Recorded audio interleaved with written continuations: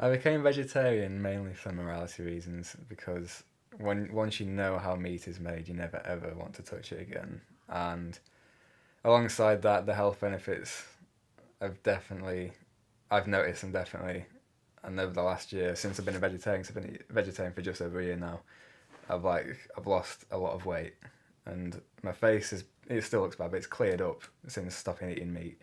So they're the two main reasons: morality and health reasons.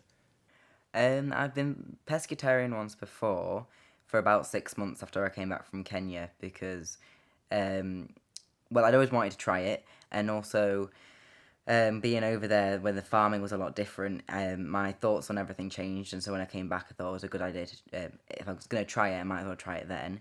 Then I only lasted about 6 months. I went back and started eating meat again after that. However, recently I wanted, again, my thoughts have changed towards animal rights, etc. So I decided to give it another shot. I became a vegan in my mid 20s. I was vegetarian for 3 years before that, and I chose not to eat any animals because I didn't feel comfortable with the idea that they would suffer pain and cruelty on my behalf. I did it for the animals. I didn't want them to have to die so that I could eat them. And as I said, I was vegetarian for 3 years, and then I became a vegan, and I've been vegan for 30 years. It wasn't hard starting out as a vegetarian because when you go to a supermarket, the amount of products that are meat free for suitable for vegetarians and vegans are enormous now. A couple of years ago, it would have been a lot harder, but now you go to Sainsbury's and it's so accessible. And you notice that your diet doesn't really change either. I mean, all you have to do is replace the meat with meat free alternatives. And if you're still a vegetarian, you still have all the dairy like usual. Well, 30 years ago, there were plenty of vegetarians about, but not many vegans, and not many people had heard about the vegan diet.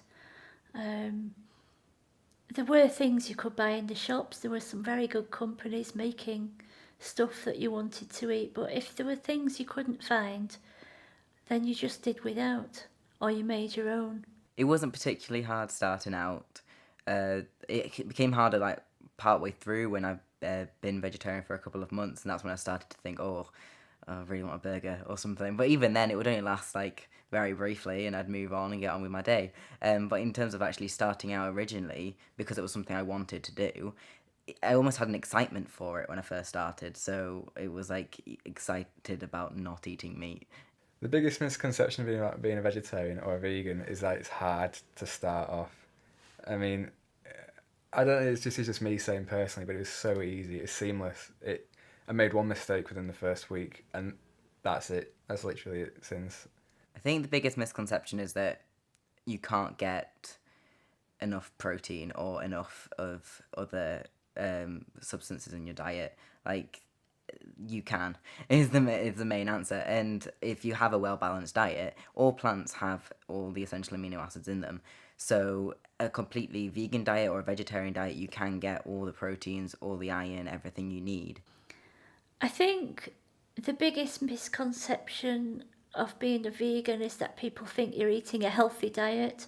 There are lots of healthy vegans out there. It's certainly healthier than a normal diet, but it is possible to live on a diet of crisps and chips and chocolate and burgers.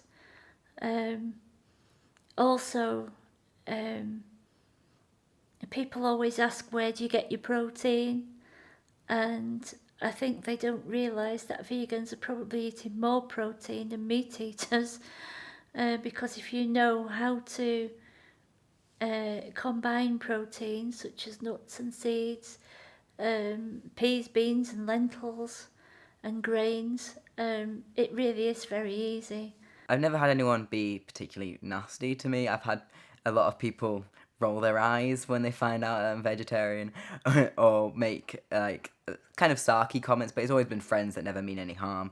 And I've had occasionally people try and persuade me against it, but never seriously like they are adamant that I should stop. just because they think it'll make their life easier or that I'm missing out on something. But no one's really been nasty about it, not in a way that I would care anyway. I don't think veganism or vegetarianism should be a trend at all. I think you should do it for yourself or for the morality reasons at the very least, you know. Them two are the most important things. Because if you end up doing it as a trend, what happens is once that trend finishes, you can easily just go back to eating meat, and that's defeats the point completely. Like, it may as well not be in the first place. I think both vegetarianism and veganism are both. It's important that they're both on the rise because I believe strongly in both. So I'm a vegetarian, but I do try and reduce the amount of dairy I eat where I can because I do believe that both of those will help the environment as well as animal rights. However, I feel like when it's something that's just seen as a fad or as a trend, I'm worried that it might go out of fashion and then it'll go against. However, at the moment, if even if it is a trend, if more people are making that move to become vegetarian or become a vegan, I do believe it is still making a difference, and I'm hoping that through that they can see that it is making a positive difference and then stick with it. Veganism has changed a lot over the 30 years I've been vegan. Much more people now are choosing to have a plant-based diet.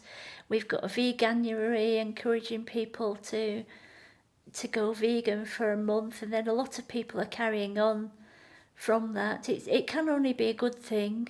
It's definitely much harder eating out of the house as a vegetarian than it is as a meat eater because not everywhere will have a wide selection. I was on holiday not that long ago and there was just one vegetarian option. Thankfully, it was absolutely delicious. However, it wouldn't have been something I would have originally chosen. So it's definitely more difficult, and I find that it's definitely more difficult for vegans as well because a lot of places don't have any vegan options whatsoever. However, if you just look in advance, if you Google, say, the restaurant you're going to or wherever, if you're going out to eat, and if they have a sample menu and to see what's about. I know places like Weatherspoons now have loads of options. They've split their menu into different menus. They have a specific menu with all the vegetarian and vegan options on there, which is extremely helpful. And a lot of places now are putting more vegetarian and more vegan options into their menu because they know it's a growing trend.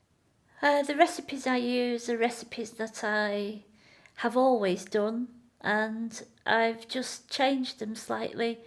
I've adapted them, so I've found out how to replace eggs, I've found out how to replace cheese, dairy. You just use oat milk, soya milk, rice milk instead. You can use soya flour to replace an egg in something to bind it together. There are replacement egg substitutes, cheese. There's any amount of vegan cheese at the moment. It just depends which one you like. I've definitely had to be more adventurous since becoming a vegetarian because a lot of your conventional foods do have meat in them. So I try and switch out where I can. I start cooking some of my own meals now rather than just relying on parents at home because I think that just because I've chosen to go vegetarian, it shouldn't mean that someone else should have to cook two different meals. So things like stir fries, I just mix up whatever I want. I find that one really easy. Well, going out for meals, it used to be very hard because you had to ask people what's in things. Can you take this off the plate? We didn't ask for this. They used to make lots of mistakes. Your food always came out last. But things have changed now when you go out. Most places have a vegan menu that you can choose from, and they have made an effort to provide something. It might not be what you want, but there are things out there that you can have now. If I had any advice for anyone that wanted to go vegetarian or even vegan, would just be to go for it, really, because the biggest step is the hardest part is when you're starting to put up those barriers and say, oh, I can't do it because of this, or oh, then I can't eat that. And there's always going to be substitutes. There's loads of good substitute meat products now, and also even without those, there's such a wide variety of food.